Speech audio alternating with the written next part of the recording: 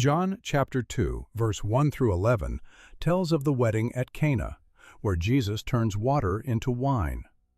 The wine was never the miracle, the turning is, and it happens inside you. This is for the one running on empty, the one whose joy has gone dry while the world keeps celebrating. What if this passage was never about a wedding in Galilee, but about something waking up right now in your inner temple?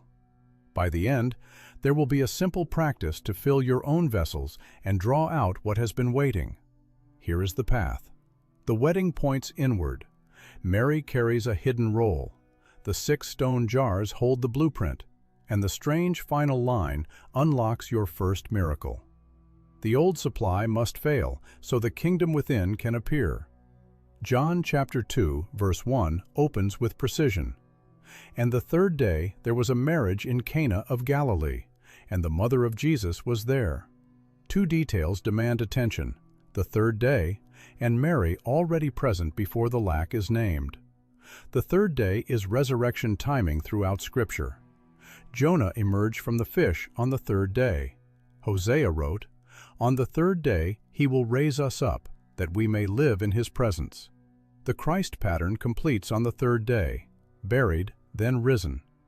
John is not recording a calendar date. He is signaling that what unfolds at Cana follows the same shape as what happens in the tomb. Something must end so something can rise. Mary appears before the problem surfaces.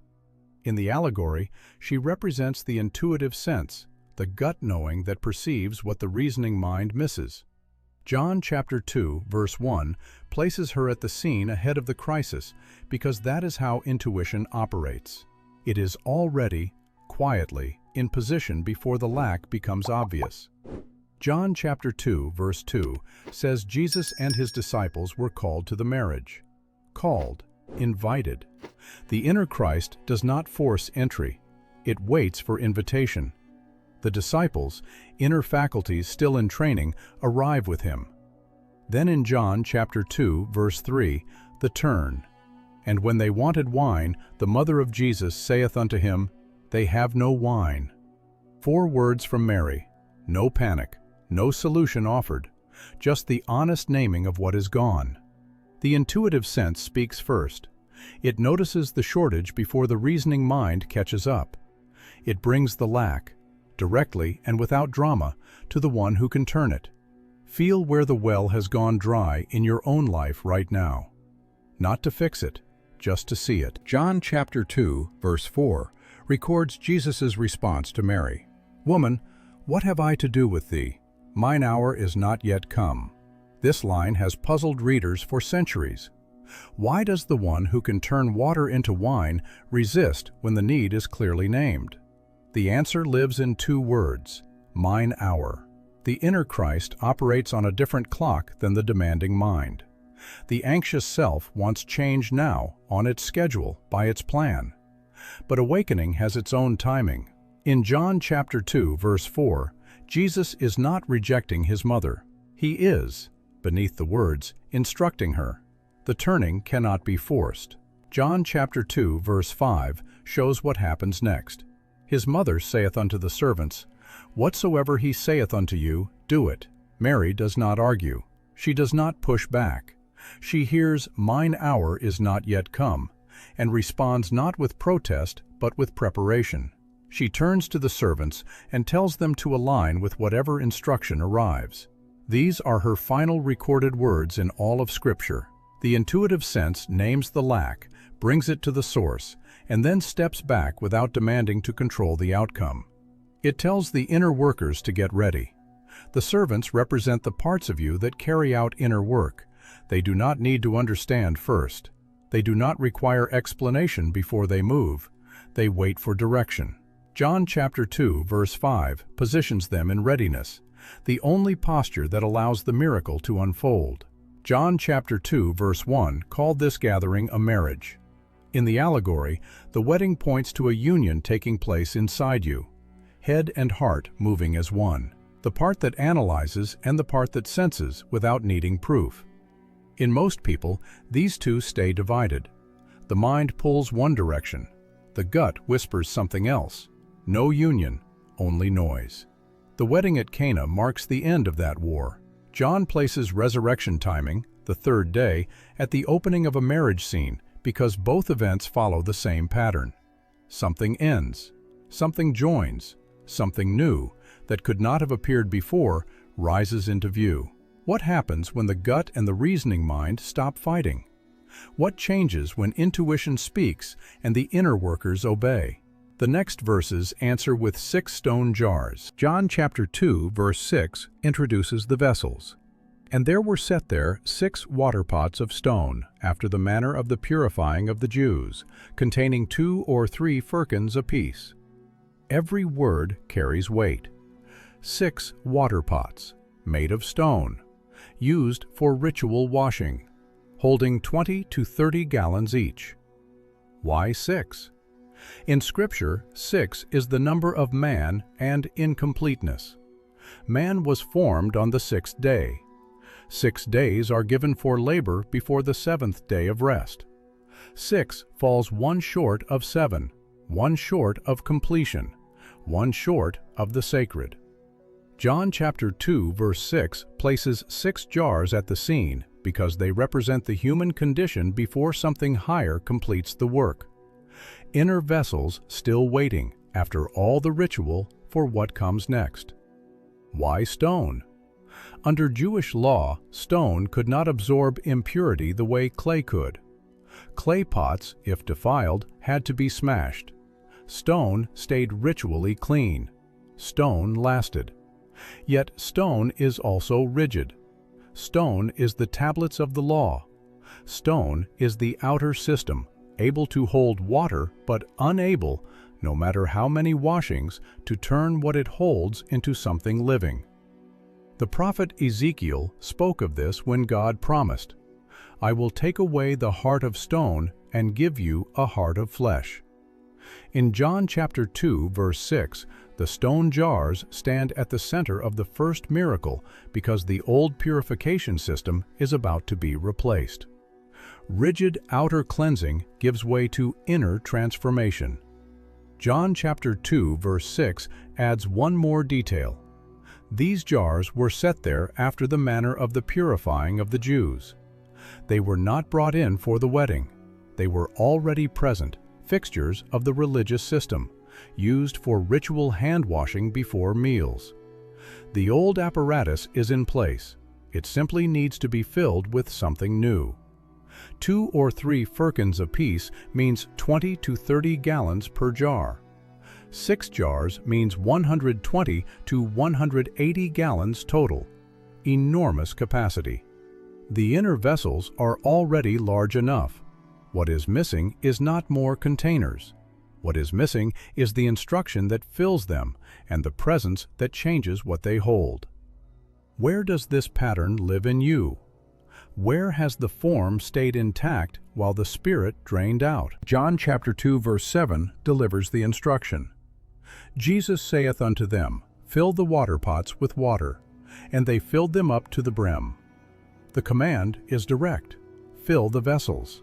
Not halfway, not mostly, to the brim. No space left, no partial measure. The servants do not ask why. They do not demand explanation before they move.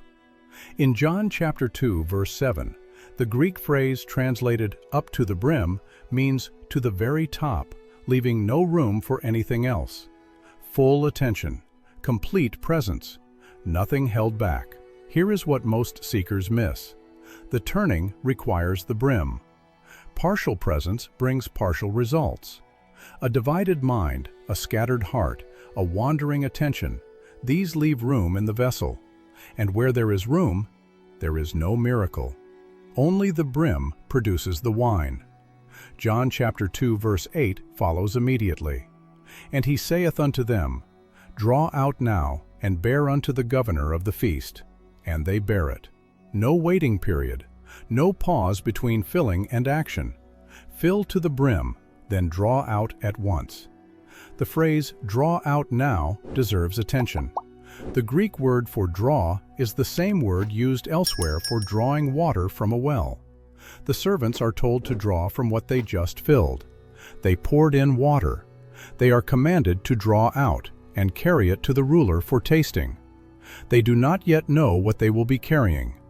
Between John chapter 2 verse 7 and John chapter 2 verse 8, there is no flash of light, no visible wonder, no moment where anyone watches water change color. The servants fill the jars with water.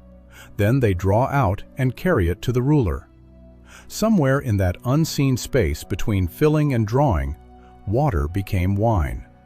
The turning happened in secret. Inner awakening works this way. You do not get to watch it happen. You fill the vessels with attention. You follow the instruction. You draw out.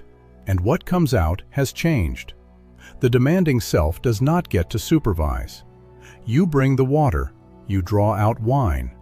The mystery stays hidden in the space between obedience and result. Where does attention leak right now?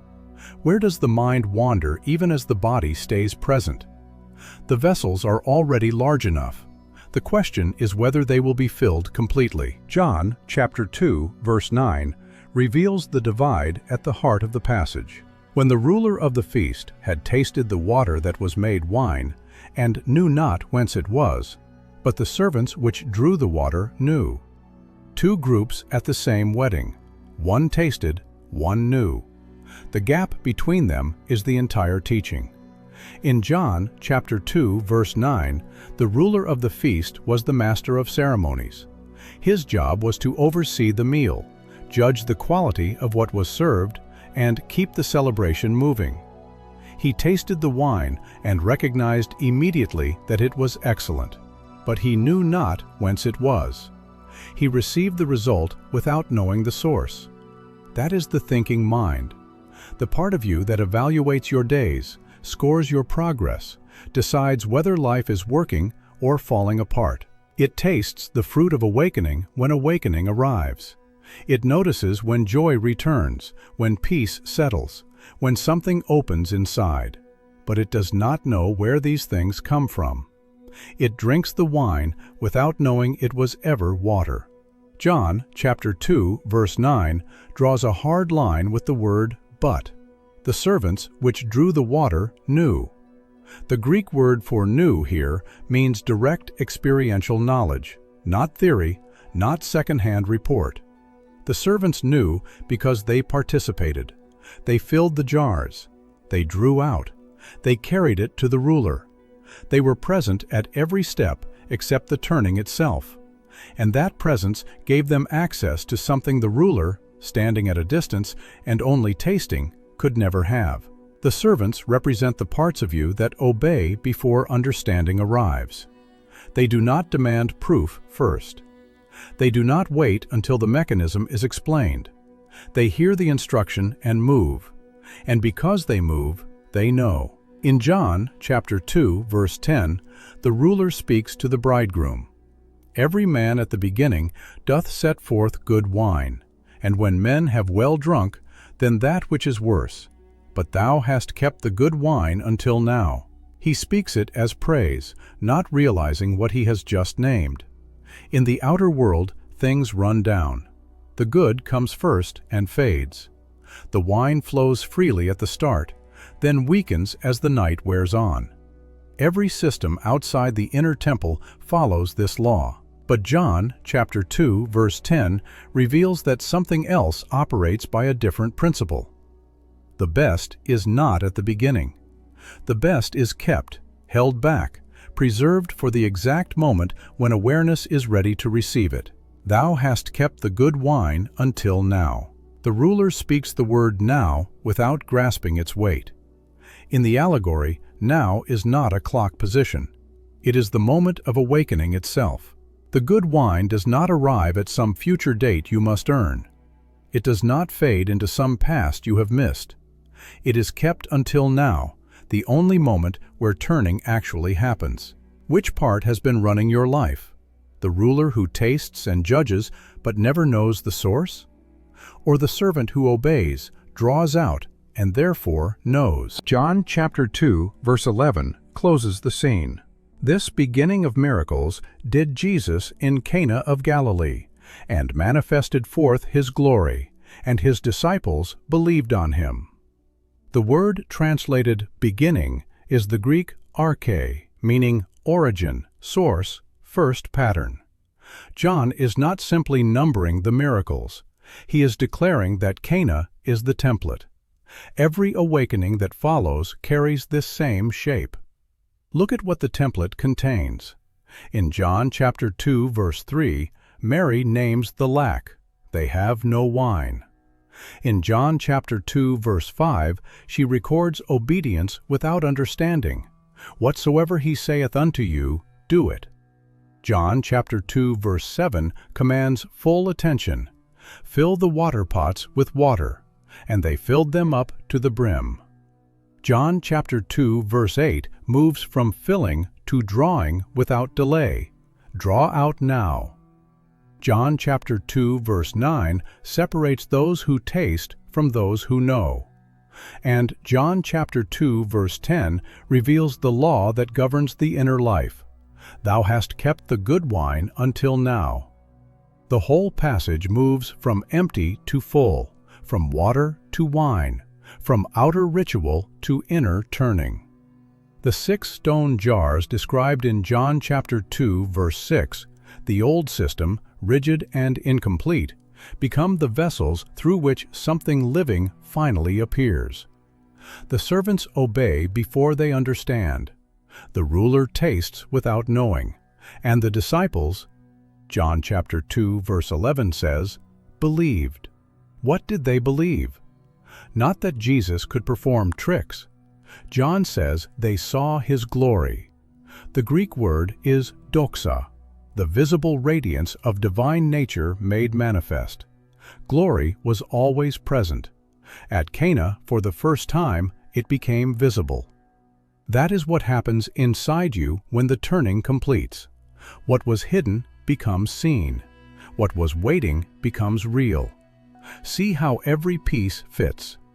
The third day signals resurrection timing. Something must end before something can rise.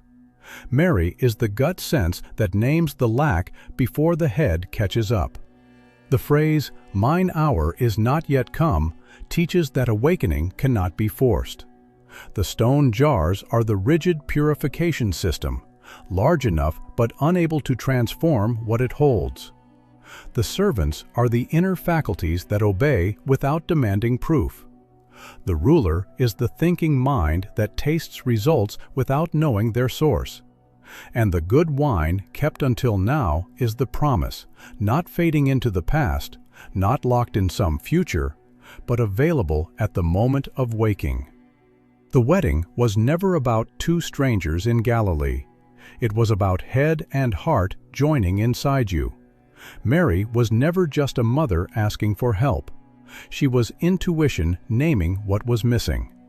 The stone jars were the old apparatus waiting to be filled with something alive. The servants were the parts of you that obey and therefore know. And the good wine kept until now? That is what waits inside you. The best has been kept. Here is the practice. First, sit in stillness and speak inwardly. The good wine has been kept for now. Let those words land in the chest. Do not rush past them. Stay until they settle.